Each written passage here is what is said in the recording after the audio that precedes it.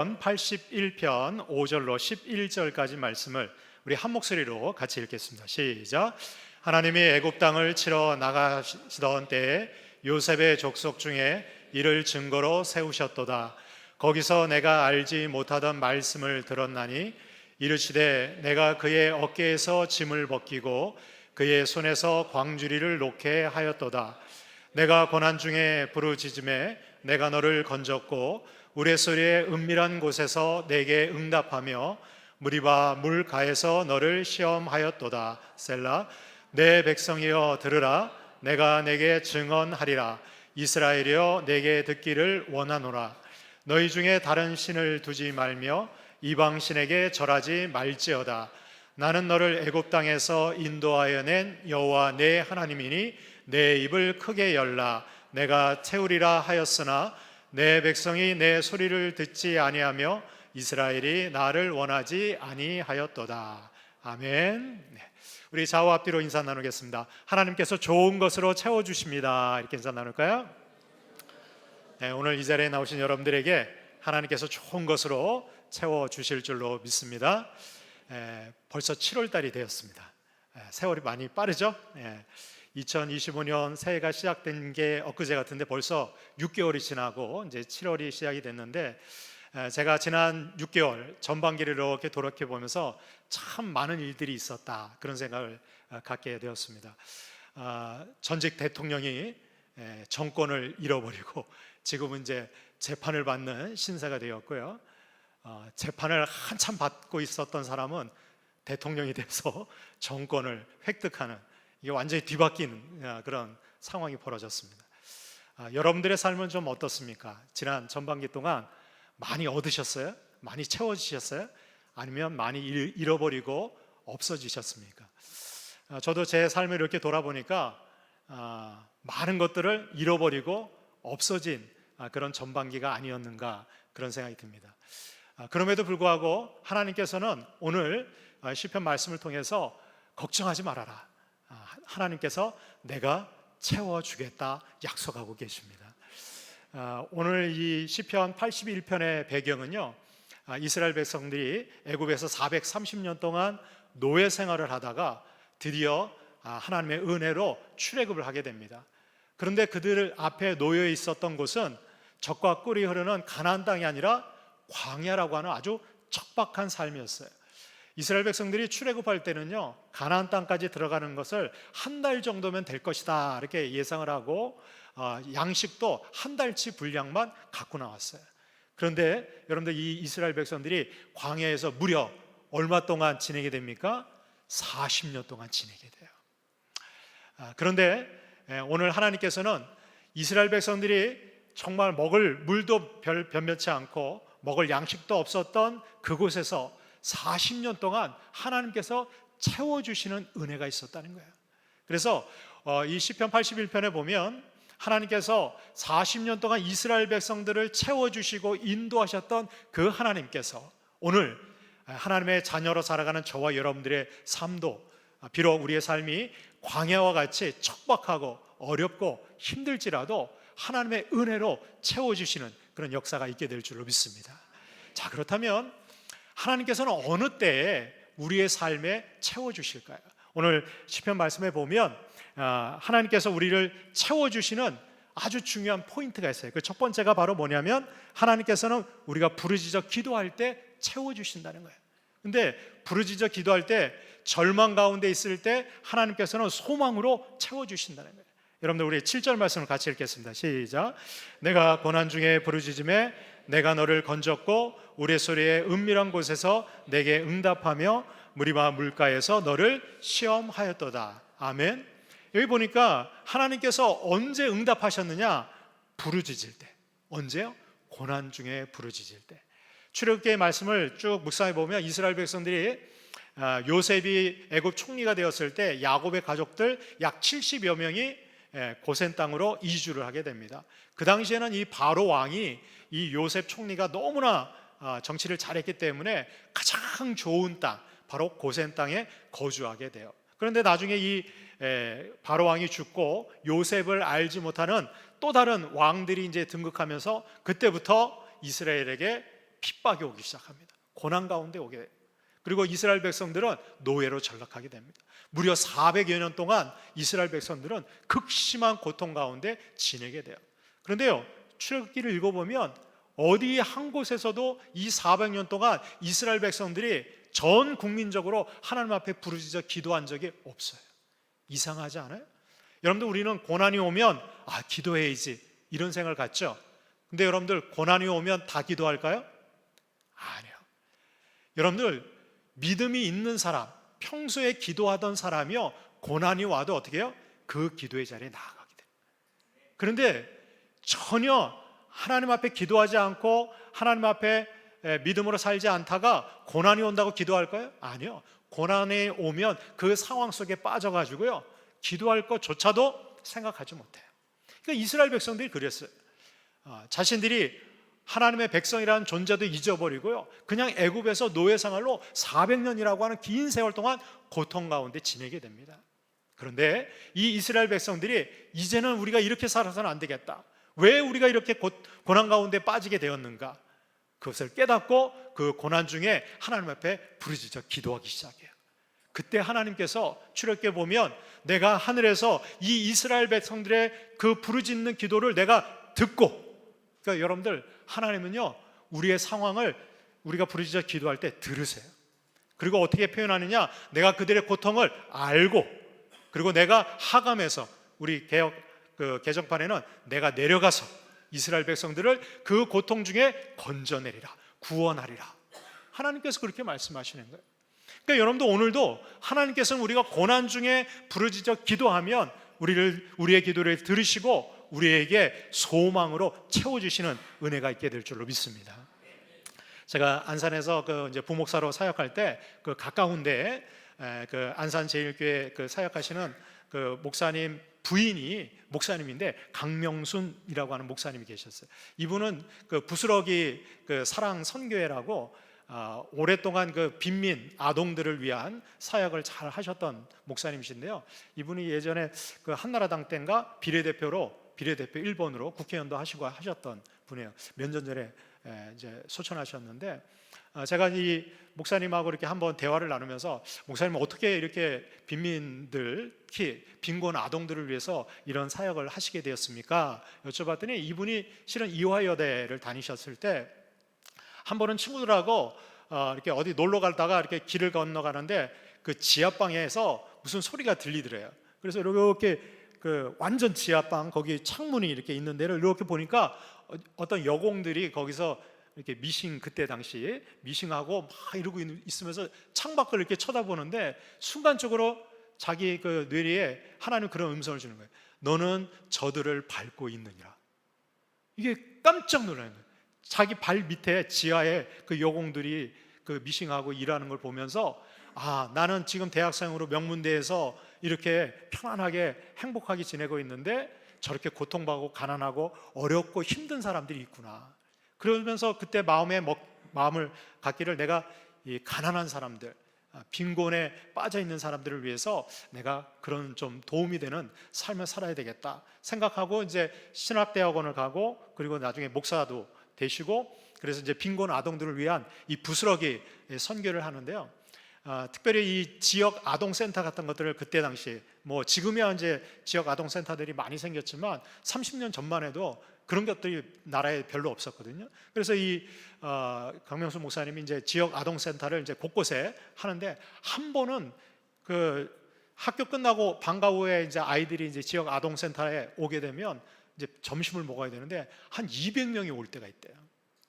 그런데 한 번은 이제 한 200명 정도 되는 아이들이 이제 지역 아동센터에 막 몰려와서 밥 먹고 이제 방과 후 이제 과외도 못 가고 학원도 못 가는 아이들, 이제 거기 지역 아동 돌봄 센터에서 이제 같이 약 가르쳐 주는 그런 선생님들이 이제 공부도 가르쳐 주고 하는데, 아이들은 한 200명이 왔는데 먹을 게 없는 거예요. 그러니까 식탁에 이렇게 쭉 앉아가지고 이 목사님이 너무 이 아이들한테 미안하고 줄 게 없으니까, 애들은 이제 밥 먹으려고 다 기다리고 있는데, 그러니까 할 수 있는 게 아무것도 없더래. 그래서 아이들한테 우리가 지금 먹을 게 없지만 하나님 앞에 기도하자. 하나님 앞에 기도하면 하나님 먹을 것을 주실 거야. 그리고 그 아이들하고 그 식탁에 앉아가지고요, 밥은 안 주고 손을 잡고 통성으로 기도하는 거예요. 그러면서 뭘 기도했냐? 각자 먹고 싶은 거 하나님 앞에 달라고 기도하라고. 막 기도하는데 갑자기 그 기도하는 아동센터 문에 누가 막 두드리는 거예요. 그래가지고 그 같이 일 도우시는 분들이 이렇게 문을 열어보니까 이 샌드위치 있잖아요, 샌드위치, 이거를 잔뜩 포장해가지고 납품하러 가다가 차가 펑크하는 거예요. 바로 그 사회 저희 선교센터 앞에 차가 퍼져가지고, 그때 당시만 해도 뭐 이렇게 제대로 이렇게 수리하고 이렇게 안 되니까 이 샌드위치가 시간이 지나면 뭐 상하니까 그냥 지역 아동센터에 주고 가자. 그러고 들어오신 거예요. 그 아이들이요, 처음으로 지역 아동센터에서 그 맛있는 샌드위치를 배불리 먹었다. 그러면서 이 아이들한테는 그냥 샌드위치 먹은 그 경험으로 끝난 것이 아니라, 이야, 우리가 하나님 앞에 부르짖어 기도하니까 하나님이 먹을 거 채워주시는 거예요. 그러니까 얘네들한테는요, 평생의 기억으로 남는 거예요. 그러니까 신앙의 체험이 되는 거예요. 이 목사님이 그때 그 경험을 하고 나서, 이 빈곤은 나라 임금도 해결 못하지만 하나님이 해결하실 수 있어요. 여러분들, 이스라엘 백성들 남자 장정만 60만 명, 어린아이들 여성들까지 합치면 200만 명이 넘어요. 여러분들, 200만 명이면 얼마입니까? 지금 세종시 인구가 한 40만 명 되나요? 200만 명이면 5배, 세종시 인구의 한 5배. 그 많은 인구를 여러분들 광야에서 매일같이 아침, 점심, 저녁 먹인다고 생각해 보세요. 이게 가능하겠어요? 뭐 국가에서 아무리 지원금을 줘도 그 먹일 수 있겠어요? 40년 동안? 하나님께서 매일같이 만나를 내리셔서 먹이시는 거예요. 고기 먹고 싶다고 그러니까 메추라기 보내서 배불리, 이에 그냥 고기가 낄 정도로 그냥 막 부어주시는 거예요. 여러분들, 비록 우리가 고난 가운데 빠져 있을지라도 오늘도 우리가 부르짖어 기도하면 하나님께서 그 기도를 들으시고 우리의 삶에 소망으로 채워주실 줄로 믿습니다. 그래서 여러분들, 우리가 잘 아는 예레미야 33장 2절 3절 말씀 같이 읽겠습니다. 이를 행하시는 여호와, 그것을 만들며 성취하시는 여호와, 그의 이름을 여호와라 하는 이가 이와 같이 이르시도다. 너는 내게 부르짖으라, 내가 내게 응답하겠고 내가 알지 못하는 크고 은밀한 일을 내게 보이리라. 아멘. 여러분들, 우리가 믿고 부르짖어 기도하는 하나님은 어떤 하나님이세요? 일을 행하시는 하나님, 그것을 만들고 성취하시는 하나님. 여러분, 세상 사람들은요, 일은 시작하지만 마치지 못하는 경우도 많아요. 그죠? 여러분, 국가에서 아무리 우리를 위해서 지원하고 도와준다고 해도 그건 다 한계가 있어요. 그러나 우리 하나님은요, 시작하시면 끝까지 성취하시는 하나님이에요. 그리고 우리가 부르짖어 기도하면 우리가 부르짖어 기도하는 것뿐만 아니라 우리가 알지 못하는 크고 은밀한 일, 놀라운 일, 그런 일들로 우리의 삶에 채워주실 줄로 믿습니다. 바라기는 여러분, 우리 후반기에도 수많은 고난들이 있을 거예요. 그러나 그때마다 하나님 앞에 부르짖어 기도할 수 있기를 주님의 이름으로 축원합니다.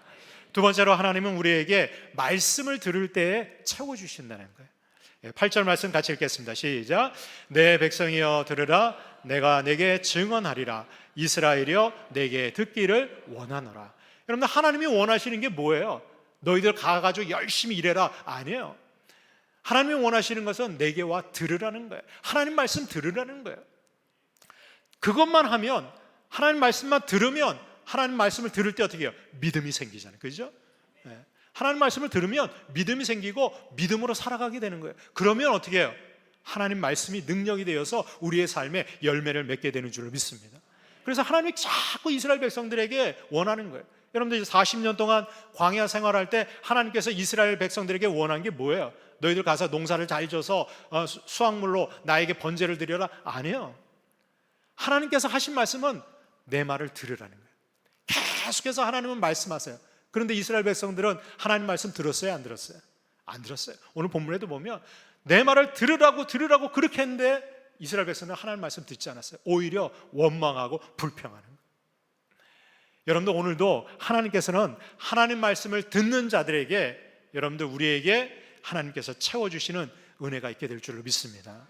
제가 처음으로 이제 청년부 사역자가 돼서 그 이제 청년부를 이제 섬기게 되는데, 그 영도동 교회에서 그 청년부 사역을 할 때 거기는 이제 가까운 곳에 그 안암동 고려대학교가 있거든요. 그래서 제가 이제 고려대에 가서 전도하다가, 그때는 이제 학력고사 수능이 아니라 학력고사 볼 때라서 가만히 보니까 예비고사일 때 그 지방에서 학생들이 이렇게 와서 이제 이렇게 그 시험 당일 전날, 이제 학력고사 보는 전날 와서 1박을 하게 되는데, 그때 되면 그 주변에 뭐 여관이나 숙소가 아주 그냥 만 원이야. 그러니까 그냥 그때가 대목이라고 해서요, 그 숙박비가 얼마나 몇 배로 뛰는지 몰라요. 그래도 못 구해요. 그래서 이거를 좀 잘 활용해야 되겠다. 그래서 제가 그 학교에다가 쭉 붙였어요. 예비 그 소집일 올 때 쫙 붙여가지고, 지방에서 올라오는 혹시 교회 다니다가 오는 학생이나 그 부모님이 있으면 교회로 연락을 주시면 교회에서 교육관에서 잘 재워주고 아침도 맛있게 해주고, 그리고 승합차로 시간 늦지 않게 학교까지 다 데려다 주겠습니다. 네. 그리고 그 목사님이 그 청년들 시험 잘 볼 수 있도록 축복 기도도 해줍니다.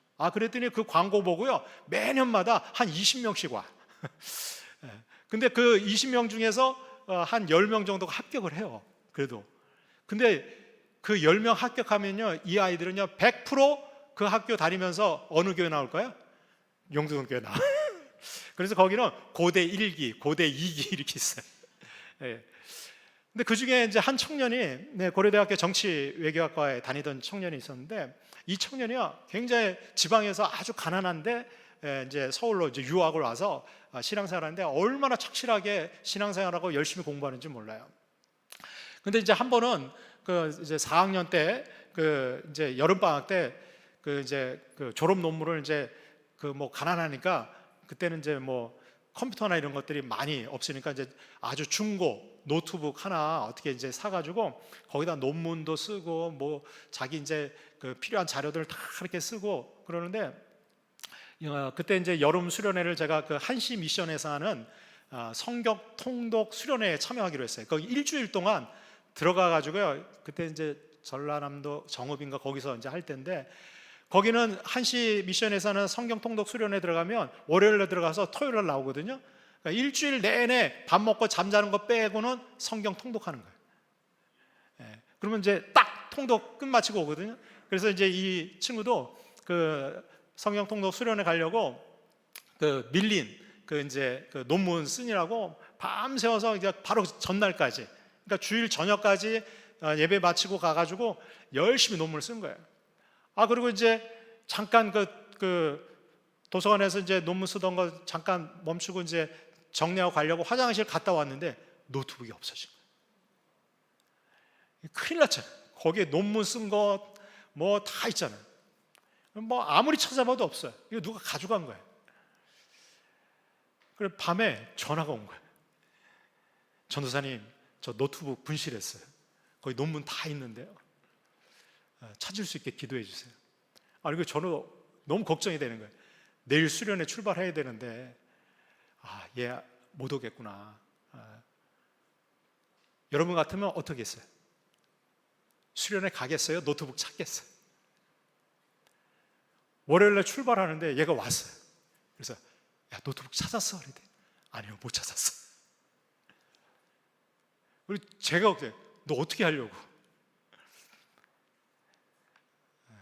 하나님이 알아서 해주시겠죠. 전도사보다 믿음이 더 좋아요.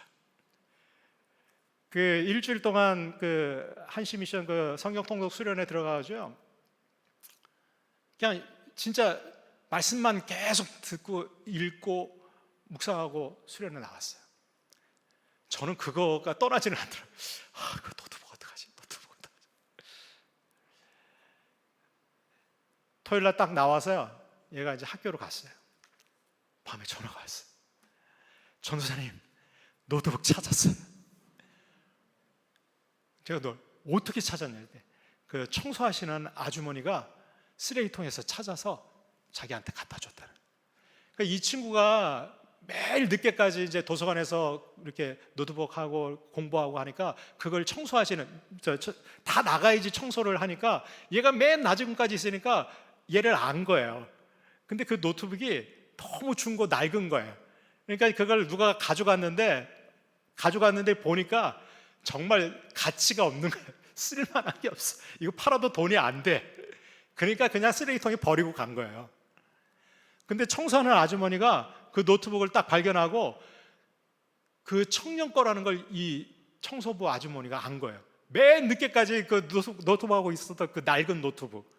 그래가지고 얘를 주려고 매일같이 도서관에 왔는데 저녁 때마다 얘가 안 나오더래. 일주일 동안 수련회 갔으니까. 그래서 토요일까지 나와가지고 얘를 만나서 준 거예요. 그래서 제가 그 간증을 들으면서 아, 그렇다. 어쩌면 여러분들 자기 인생이 걸린 문제잖아요.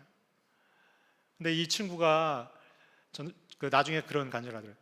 전사님, 제가 그 성경 통독 수련회 안 갔으면 제가 제 인생을 어떻게 살아야 될지 정말 자기는 세상적으로 좋은 학교 졸업하고 대학원 가고 그리고 좋은 회사 들어가서 성공한 인생을 살려고 했었는데 그 성경 통독하다가 거기서 하나님이 주시는 말씀이 있었다는 거예요. 내가 나눔의 삶을 살아야 되겠다. 기부하는 삶을 살아야 되겠다. 그래서 본인이 나중에 경영 컨설턴트가 돼서 그냥 자기만 호의호식하는 것이 아니라 젊은 청년들 그리고 가난하고 자기처럼 가난한데 공부 못하는 학생들을 위해서 재능 기부도 하고 하는 그러한 사회적 기업을 해야 되겠다. 그런 비전을 갖게 된 거예요. 나중에 이 친구가 이제 그 회계법인도 나오고 외국계 회사에 이제 들어가서 스카우트 된 거예요. 막 너무 탁월하게 잘하니까 아이디어도 좋고. 고영이라고 하는 청년인데 책도 쓰고 그러거든요. 근데 이 청년이 30대에 억대 연봉을 받아요. 그런데 그 중에 80%를 기부해요. 별로 안 놀라시네. 다들 억대는 버릇이나 봐. 그냥 80%는 다 기부하시죠. 연봉이 그냥 해가 갈수록 더 커지는데 그 80% 자기가 쓸 돈은 정해져 있으니까 저축하지 않고 그냥 나누고 기부하는 거예요. 그리고 사람 키우고 인재를 양성하는데 투자해요. 여러분, 그렇습니다. 내가 세상에서 성공하는 것보다 더 중요한 건 하나님 말씀 듣는 거예요. 우리가 하나님 말씀을 들을 때 여러분, 우리를 만드시고 우리 인생에 대한 플랜과 계획을 갖고 계신 분은 하나님이세요. 그 하나님의 계획을 우리가 어떻게 알 수 있어요? 하나님의 음성을 들어야지 알 수 있잖아요.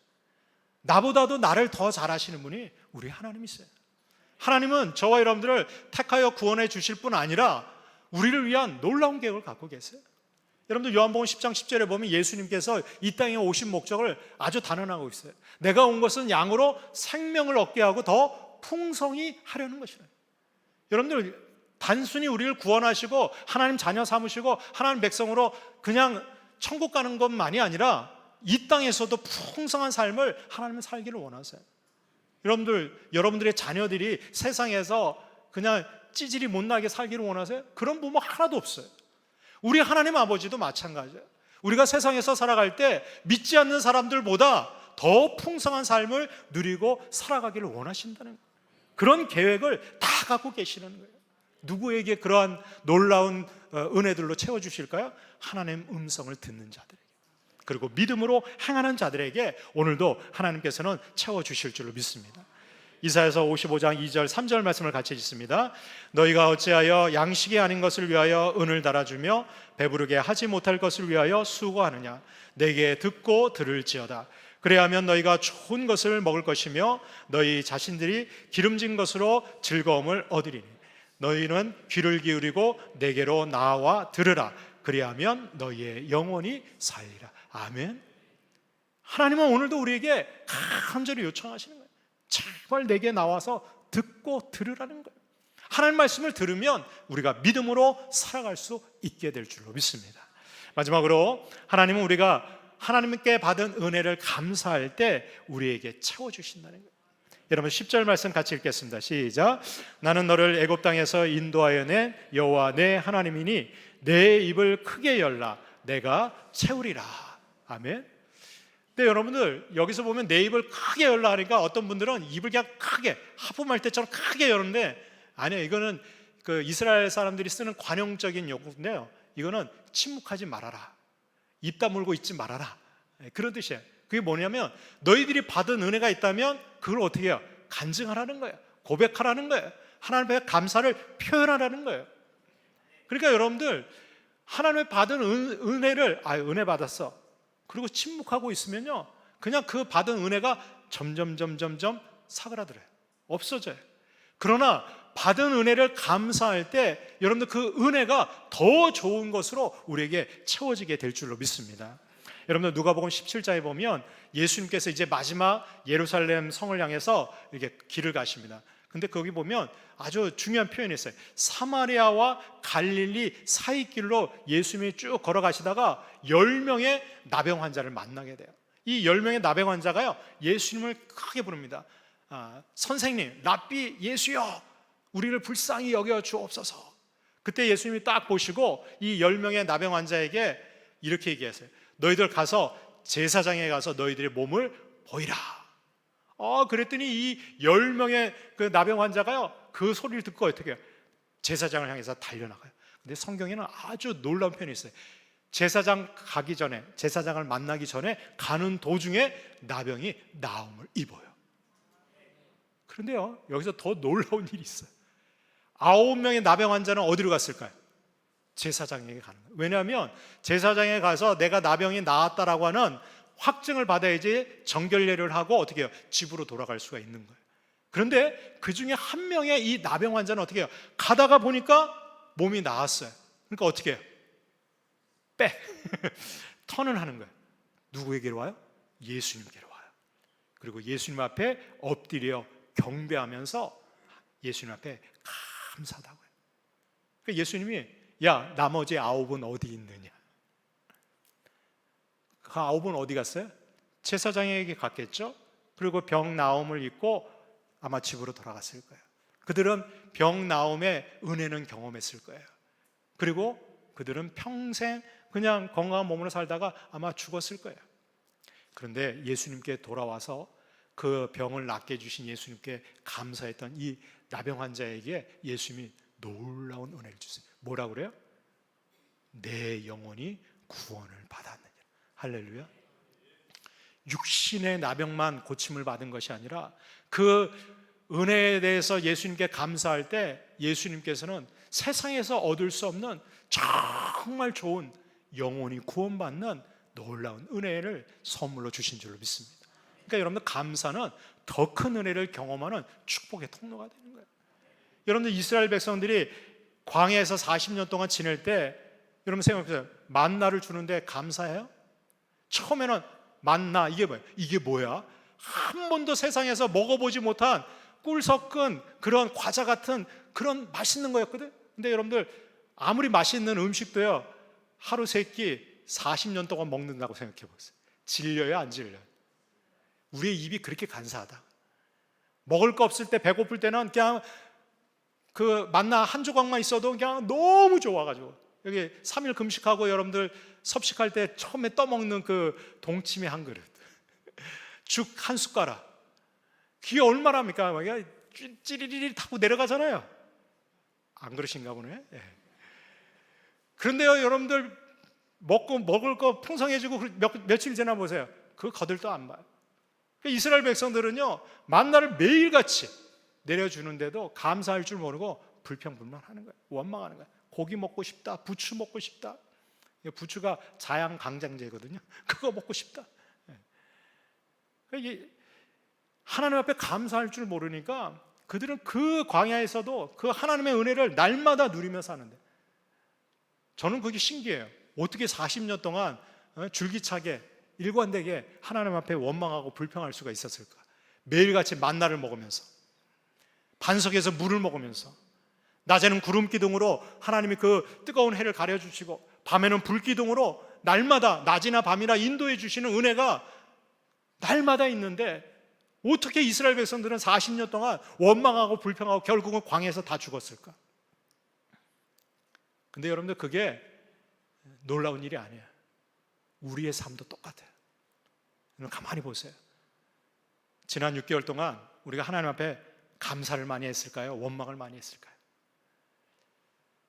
여러분, 세상에 많은 사람들 중에 저와 여러분들 택하시고 구원해 주신 것만으로도, 그 구원의 은혜만 생각해도 여러분들 우리는 감사에 감사를 해도 모자라요.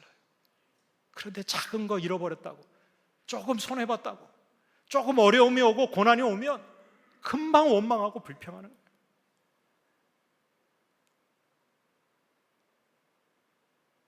여러분들 있었던 게 없어지면 그때 그게 얼마나 소중했는지 알아요. 그리고 그것을 주신 분이 하나님이라는 사실을 우리가 잊지 말아야 돼요. 주신 분도 하나님이시고 걷어가신 분도 하나님이에요.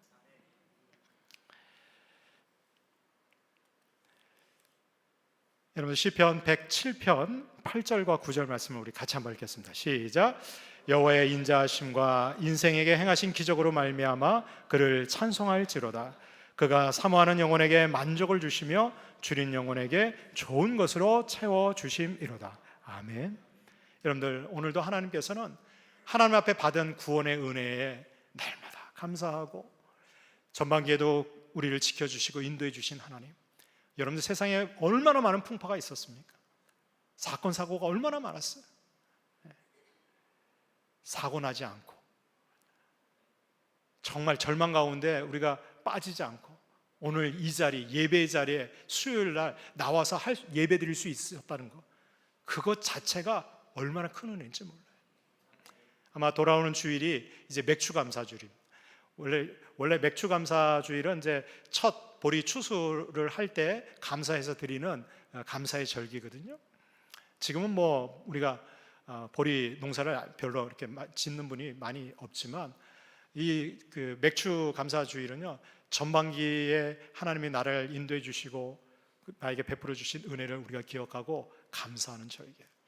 우리가 감사를 하나님 앞에 드릴 때 저는 하나님께서 분명히 우리의 후반기 더 놀라운 은혜, 우리의 영혼이 만족할 수 있는 그런 충만한 은혜로 저와 여러분들을 채워주실 줄로 믿습니다. 그런 은혜가 있기를 주님의 이름으로 축원합니다. 기도하겠습니다. 하나님 아버지, 지난 6개월 동안 우리를 지키시고 여기까지 인도해 주시니 감사를 드립니다. 무엇보다 우리에게 구원의 은혜를 주셔서 감사를 드립니다. 우리가 이 은혜 잊지 않고 날마다 하나님 앞에 감사하는 삶을 살게 하여 주옵소서. 오늘도 주님의 말씀을 들었습니다. 그 말씀대로 믿음으로 살아갈 수 있도록 인도하여 주옵소서. 때로는 고난이 올지라도 부르짖어 기도할 때 하나님 우리의 기도를 들으시고 소망으로 채워 주옵소서. 예수님의 이름으로 축복하고 기도합니다.